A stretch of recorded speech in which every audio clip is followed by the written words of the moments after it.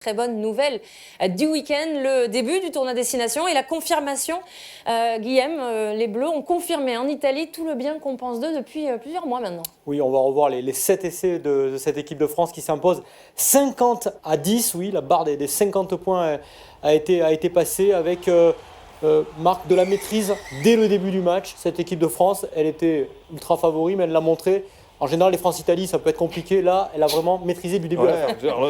La maîtrise dès le début du match. Alors, en d'autres temps, on aurait pu être inquiet peut-être par les 20 premières minutes, parce que c'est l'Italie qui porte le ballon, qui est plutôt intéressante aussi. On sait que c'est une jeune équipe.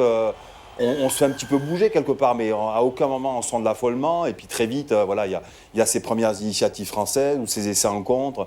Puis après, c'est plus qu'un cavalier seul. Donc ce qui ressort, c'est vraiment cette homogénéité collective de l'équipe de France et puis cette facilité. Oui, vous disiez, la grosse différence, c'est ce qu'elle n'est pas là, c'est qu'avant, on aurait pu paniquer de ne pas marquer de points dans les 20 premières minutes.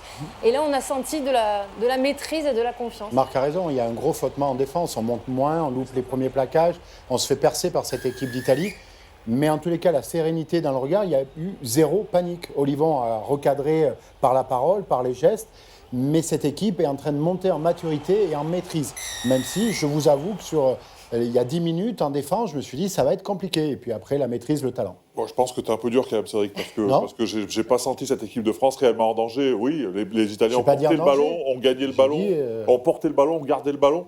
Mais c'est la force de cette équipe de France, j'ai l'impression. C'est cette sérénité, cette confiance en leur jeu, cette confiance en ce groupe et cette confiance en leur stratégie. Voilà, on les a vus prendre l'habitude de laisser le ballon à leur adversaire, de ne pas prendre beaucoup de risques dans leurs 40 mètres et avec des joueurs de talent dans la ligne de 3/4, de profiter de la moindre petite occasion. Et hier, c'était incroyable. C'est sûr que moi, j'étais un peu frustré, je pense qu'on est un peu tous frustrés, parce que quand on voit le talent individuel qu'il y a derrière, on aura envie de leur dire, mais prenez la possession du ballon et allez-y, envoyez, mais non, ils ne se mettent pas en danger. Vous trouvez dur, ils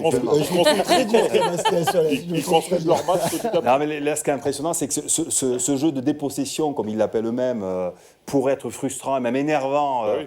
Mais avec eux, alors déjà parce qu'au bout d'un moment, il se passe toujours quelque chose, parce que le talent, parce que leur facilité, et puis on est tellement content de les voir gagner, et puis et sans prendre de risques, quoi. Vraiment, on est à aucun moment inquiet. Oui, il ne faut pas être difficile, monsieur. Ça faisait combien de temps qu'on n'avait pas vu les Bleus battre une équipe de plus de 50 points? En 12 ans, il y a eu 2 victoires à plus de 50 points. En 2016 contre les Samoa et en 2009, même score quasiment. En Italie. Victoire en Italie de plus de 50 points avec un essai à la première minute de Sébastien Chaval. Et le sélectionneur s'était marqué vraiment, vous vous en souvenez? On a fait exprès, hein. C'est pour ça que vous êtes là tous les deux.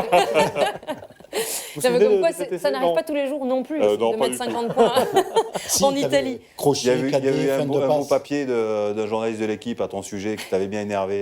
Une semaine avant, vous aviez marchait bien. Moi, je me souviens et puis un papier sur nous, aussi sur le trio d'entraîneurs. C'était sympa l'ambiance.